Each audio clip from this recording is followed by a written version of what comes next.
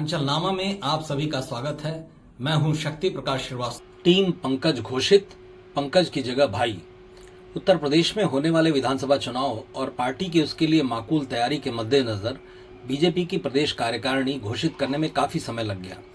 चूंकि विपक्ष के पिछड़ा, दलित और अल्पसंख्यक कार्ड की काट ढूंढने से लगायत क्षेत्रीय, जातीय और सियासी समीकरणों को साधने में प्रदेश के पार्टी अध्यक्ष और केंद्रीय वित्त राज्य मंत्री पंकज चौधरी के पसीने छूट गए। एक एक नाम और उनकी सूची को फाइनल करने के लिए पंकज को कई कई दरवाजे की दौड़ लगानी पड़ी। आखिरकार वो समय आ ही गया और पंकज ने अपनी टीम गुरुवार को घोषित कर दी। इस नई टीम में उम्मीद के मुताबिक पूर्वी उत्तर प्रदेश को जहां खासी तवज्जो दी गई, वहीं पीडीए फार्मूले का ध्यान रखते हुए पार्टी के वरिष्ठों की सिफारिशों का भी बहुत ख्याल रखा गया। प्रदेश अध्यक्ष पंकज चौधरी ने केंद्रीय रक्षा मंत्री राजनाथ सिंह के विधायक पुत्र पंकज सिंह, जो प्रदेश उपाध्यक्ष हुआ करते थे, उनकी जगह उनके छोटे बेटे नीरज सिंह को उपाध्यक्ष बनाया है। वहीं समाजवादी पार्टी छोड़कर बीजेपी में शामिल हुई पूजा पाल को भी प्रदेश उपाध्यक्ष की जिम्मेदारी सौंपी है। मुख्यमंत्री योगी आदित्यनाथ के विधानसभा क्षेत्र और प्रदेश अध्यक्ष पंकज चौधरी के कर्म क्षेत्र गोरखपुर को भी खासा तवज्जो मिली है। यहां से डॉक्टर धर्मेंद्र सिंह, रमेश सिंह और कामेश्वर सिंह को उपाध्यक्ष बनाया गया है। पार्टी के इस नई प्रदेश कार्यकारिणी में 19 प्रदेश उपाध्यक्ष, 8 प्रदेश महामंत्री और 19 मंत्रियों की नियुक्ति की गई है। इस पूरी सूची में सर्वाधिक चर्चा रक्षा मंत्री राजनाथ सिंह के पुत्र नीरज सिंह को लेकर हो रही है, क्योंकि प्रदेश की मुख्य विपक्षी पार्टी समाजवादी पार्टी पर परिवारवादी सियासत का इल्जाम लगाने वाली बीजेपी अब नीरज सिंह के नाते विपक्ष के सीधे निशाने पर रहेगी। हालांकि बीजेपी सूत्रों की माने तो विपक्ष की काट बीजेपी ने बना रखी है। उसने पहले से उपाध्यक्ष रहे एक बेटे पंकज सिंह को बाहर का रास्ता दिखाकर उसकी जगह नीरज को स्थापित किया है।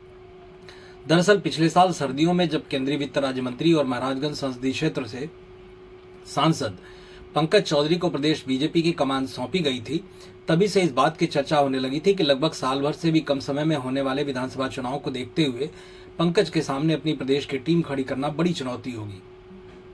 पंकज ने इस चुनौती को स्वीकार करते हुए हर संभव कोशिश की कि पार्टी के भीतर और बाहर दोनों ही पावर सेंटरों को संतुष्ट करते हुए कैसे एक मजबूत चुनावी टीम तैयार की जाए। कई बार लखनऊ से लेकर दिल्ली के आला नेताओं के चक्कर उन्हें लगाने पड़े। जैसे जैसे समय बीत रहा था, पंकज पर कार्यकारिणी घोषित करने का दबाव बढ़ता जा रहा था, लेकिन अंततः पंकज ने गुरुवार को अपनी कार्यकारिणी घोषित कर दी। कार्यकारिणी में जिस तरह पंकज ने प्रदेश के सभी क्षेत्रों, जातीय समीकरणों के साथ साथ पिछड़ा, दलित और अल्पसंख्यकों के पीडीए समीकरण का बखूबी ध्यान रखा, उसकी जितनी भी तारीफ की जाए कम है। इस समीकरण पर अधिक फोकस रखने के पीछे प्रदेश की प्रमुख विपक्षी दल सपा है, क्योंकि पिछले लोकसभा चुनाव में सपा सुप्रीमो अखिलेश यादव ने इसी समीकरण का इस्तेमाल करते हुए वो परिणाम हासिल किया था जिसकी स्वयं अखिलेश को उम्मीद नहीं थी। इसके बलबूते ही अखिलेश की समाजवादी पार्टी लोकसभा में तीसरी बड़ी पार्टी बन गई, जबकि बीजेपी की सीटें 62 से घटकर 33 रह गईं। इसलिए विधानसभा चुनाव के पहले इस समीकरण को ध्यान में रख तैयारी करना बीजेपी की मजबूरी बन गई। बीजेपी ने नई टीम में अलग अलग जातियों को जगह दी। खासतौर पर वोट बैंक के नजरिए से अहम ओबीसी समुदाय को सबसे ज्यादा जगह मिली। 46 नए नियुक्त सदस्यों में से 20 ओबीसी हैं। इनमें 8 उपाध्यक्ष, 4 महामंत्री और 8 मंत्री हैं। 6 पदाधिकारी अनुसूचित जाति यानी एससी से हैं। इस तरह टीम के 58% से ज्यादा नेता ओबीसी और एससी समुदाय से हैं। यह बीजेपी का समाजवादी पार्टी के पीडीए यानी पिछड़ा, दलित, अल्पसंख्यक वाले चुनाव वाले नैरेटिव का सीधा जवाब है। फिर भी बीजेपी ने अपने पारंपरिक वोट बैंक अगड़ी जातियों को भी अच्छी जगह दी है। 46 नए पदाधिकारियों में 7 ब्राह्मण, 6 ठाकुर और 7 वैश्य, भूमिहार और कायस्थ हैं। प्रदेश उपाध्यक्षों की सूची में कई पुराने और अनुभवी नेताओं को जगह दी गई है।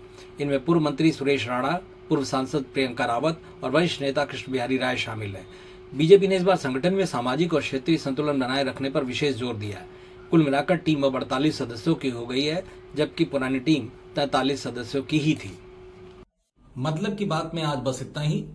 कल फिर मुलाकात होगी इसी समय, इसी चैनल पर। तब तक के लिए नमस्कार।